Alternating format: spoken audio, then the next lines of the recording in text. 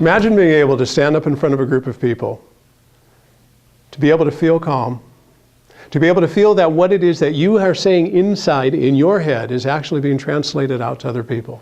Not only that they're understanding it, but that they're appreciating what you're saying, that they're buying into the concepts, that they're feeling what you're feeling, and they're taking an action that you'd like them to take.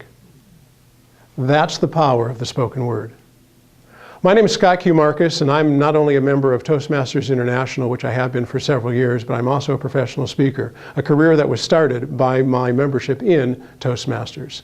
Toastmasters is an organization aimed at people who aren't necessarily professional speakers, but who would just like to feel a little bit more comfortable standing in front of a room full of people and talking, very similarly to what you're about to do in your elevator presentation. Toastmasters International has organizations all over the globe. As a matter of fact, there are several right here in Humboldt County, and you're welcome to join. We'd love to have you come along. If you'd like more information about Toastmasters, you can go to their website at www.toastmasters.org. In this video, I'll be giving you some very specific information to help put together a good elevator speech. We'll be talking, of course, about what is an elevator speech, what are its objectives, some tips and techniques that will help work out okay, and some of the logistics of which you need to be aware. During this video, you will get to see Jeff Smoller do 2 elevator speeches. The first one that he's going to do will emphasize all of the things that you just don't want to do. After you watch that, there will be a critique. You'll see some suggestions, you'll hear some ideas. You'll get to be able to see some of the things that don't make for effective communication. And then after you do that, Jeff will do yet another presentation.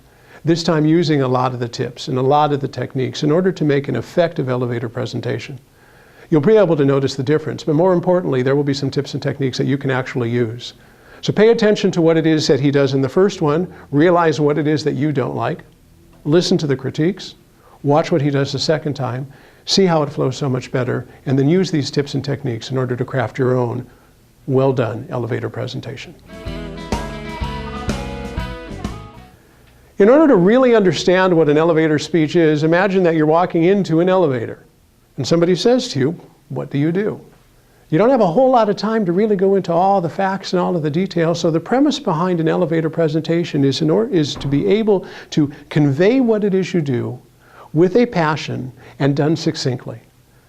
The purpose of an elevator presentation is not to get somebody to buy your product. The purpose of an elevator presentation is very simple. It's to get somebody to be intrigued and curious enough to simply say, "Tell me a little more about that." That's what makes for a good elevator presentation. In order to do that, in order to make for a good elevator presentation, you first of all have to get the audience's attention. We call that the hook. Once you have their attention with some strong opening, you need to be able to speak with passion and eloquently and succinctly about what matters to you. There needs to be a call to action. And there needs to be a conclusion. You put all of these together, you put it down into 1 to 2 minutes, congratulations, you got yourself one heck of an elevator presentation.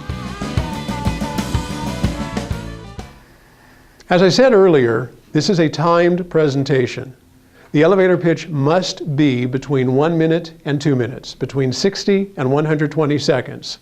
Now, in order to make sure that you hit that time parameter, of course, you need to practice before you come in. Try to make sure that your presentation really works out to be somewhere between 90 and about 1 minute and 45 seconds, 90 seconds and 1:45. But in order to help you out, we're going to give you some cues along the way. The first one will show up at 1 minute and 30 seconds. It's a green card. When you see the green card, realize you've only got 30 seconds left. It's essential that you start moving into your summation, because if you don't, you won't have enough time to sum up your presentation effectively, and you'll be rushing if indeed you even get to it. So make sure that by 90 seconds, 1 minute 30 seconds, when you see the green card, you're moving into summation. At 1 minute and 45 seconds, 15 seconds later, you're going to see a yellow card. At this point, you better be very, very close to the end. Again, as you're planning your presentation, one of the best techniques is to figure out that this is really only how long you've got, 1 minute 45 seconds. But if you do exceed it, you will receive one final card. The final card is a red card. It will show up at 2 minutes. In addition to seeing the red card at 2 minutes, you will also hear somebody say, "Time's up, stop, don't continue." If you exceed beyond the 2 minute limit, you will be penalized. It would be a shame to do as much work as you're doing only to have it penalized. So when you go home and you practice your elevator pitch, try and go for 90 seconds, maybe 1:45. But watch out for the cards, they're going to guide you.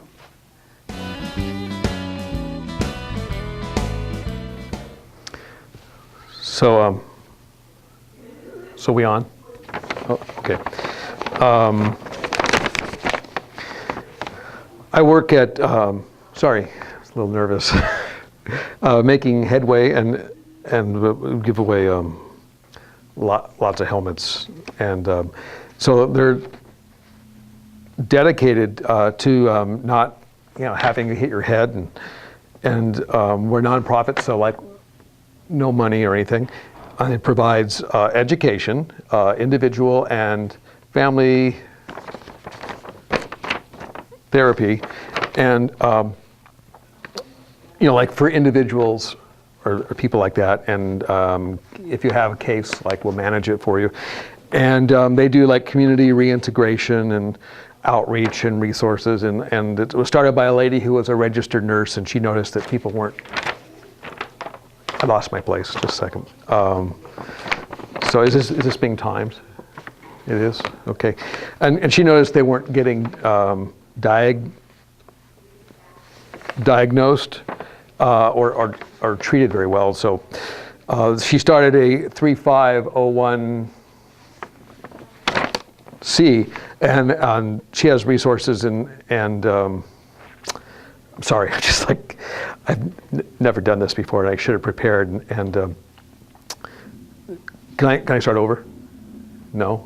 Okay, well anyway, so when you give me the money, I'll do like good things, and so, oh boy, we're running out of time, huh? Okay, so I forgot the phone number, so if you need like help or things like that, the button's undone here.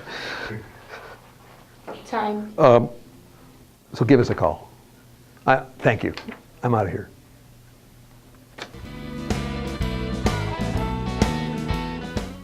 Effective communication is not just the words that we use. There's far more that you use in order to help get a message across. There are, of course, the words. There's the tone of voice. There's the way you stand. There's your body language. There's the level at which you speak. There are the pauses in between.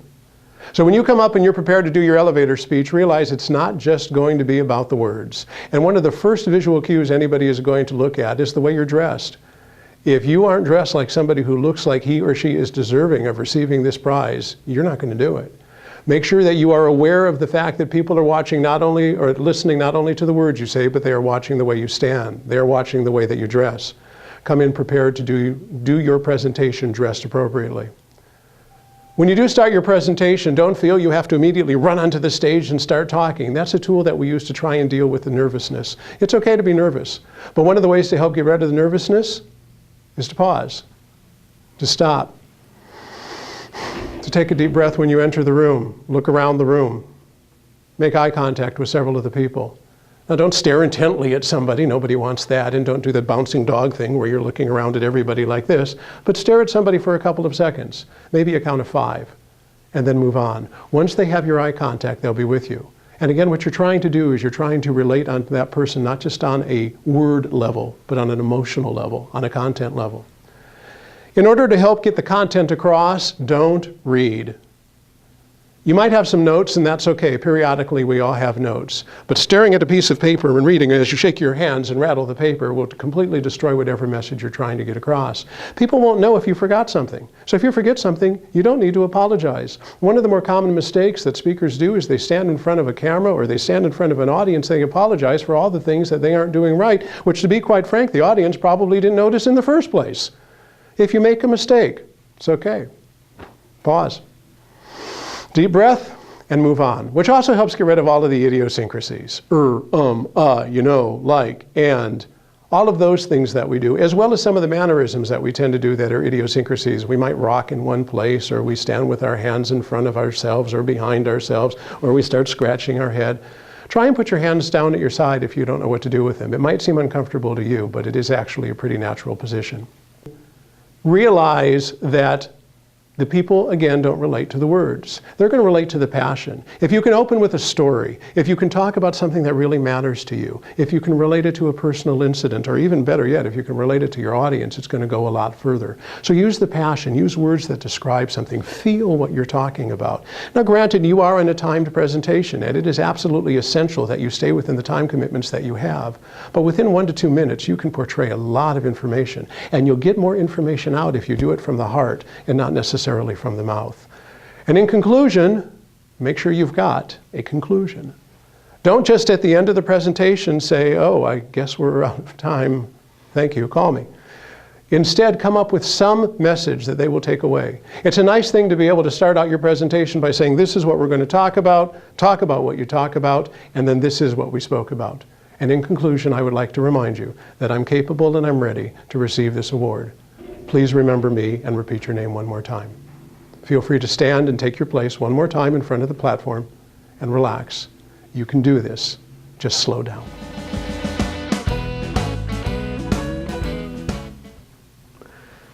He's a local boy from McKinleyville, and he joined the Marines. He fought in Fallujah, one of the bloodiest battles of the Iraq War, and came home unscathed and ready to get married. Well, he went on a hunting trip with his future father-in-law, got out of the truck, accidentally dropped the map, picked it up, and bumped his head on the car door. He suffered a traumatic brain injury, or TBI, the silent epidemic, because people just don't talk about it. Well, in the time it took me to tell you this story, 1 to 2 Americans have received a traumatic brain injury. They're everywhere. They're all of us. And they're for any reason, whether we bump our head on a car door, slip in the bathtub, sports injury, domestic violence, shaken baby syndrome, or maybe even just fall off your bicycle or skateboard. Well, 90% of all marriages fail within 5 months of a spouse receiving a TBI. But there are solutions. I'm Jeffrey Smoller, and I work for Making Headway Center for Brain Injury Recovery. And with your support, we can continue our mission with education, pain management class, anger management class, community reintegration, which helps people get back on their feet, remind them to take their meds, help them live life independently, save our community millions of dollars each year. Lawyers, doctors, hospitals, the public at large knocks on our door, and we turn no one away. And we're the only facility of our kind north of San Francisco and south of Portland. We're Making Headway Center for Brain Injury Recovery right here in Eureka, Humboldt County. With your support, we can give voice to the silent epidemic, traumatic brain injury. So there you have it. You got to see an elevator pitch done incorrectly. You got to see an elevator pitch after critique done very well. So pay attention to some of the things that you noticed were different and apply those in your presentation. You'll notice that in the second presentation, there was a clear beginning, there was a middle, there was an ending, there was eye contact. You'll notice that he also started with a story and he pulled us in immediately.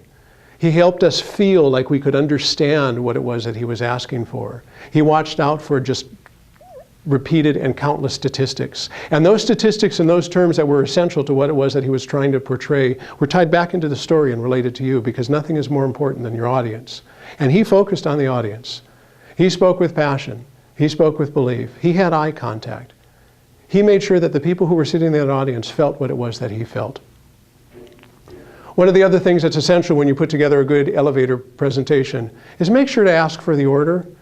Everybody in the room knows why you're here. And everybody in the room is wanting to be supportive of why you're here. They know why you're here. It's okay to ask for the order. Now that doesn't mean say, give me money. But what it does mean is in the conclusion of your presentation, it's okay to say, and in conclusion, I believe that this product, this service will help this community. And I ask you to be part of it. I am ready to do it, and I'd like you to join me too. Good luck on your elevator presentation. You can do it. It's not that difficult. Relax, pay attention to yourself, and it'll work out fine. Take a moment to imagine a clean, independent energy. Imagine an affordable solar system that could lower or even eliminate your monthly electric bill. Imagine a system so simple and user-friendly that your child could run it. Now imagine doing this with a company who has your best interest in mind. Imagine North Coast Solar. We have something that our other competitors do not have. We have a virtually untapped market and aggressive salesmanship. Our competitors are currently focused on individual businesses and homeowners who seek them out for their environmentally friendly alternatives. We not only want to capture a part of this segment, but a new segment as well. A segment comprised of dentists, doctors, lawyers, and other local business professionals. Our salesperson will go after this target market and show them how solar will work for them or their business, and also how the system will be able to pay for itself in a matter of years.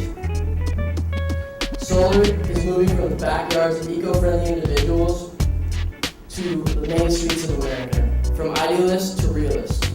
From silicon-based solar panels to nano, thin film-based solar panels. Solar is the future.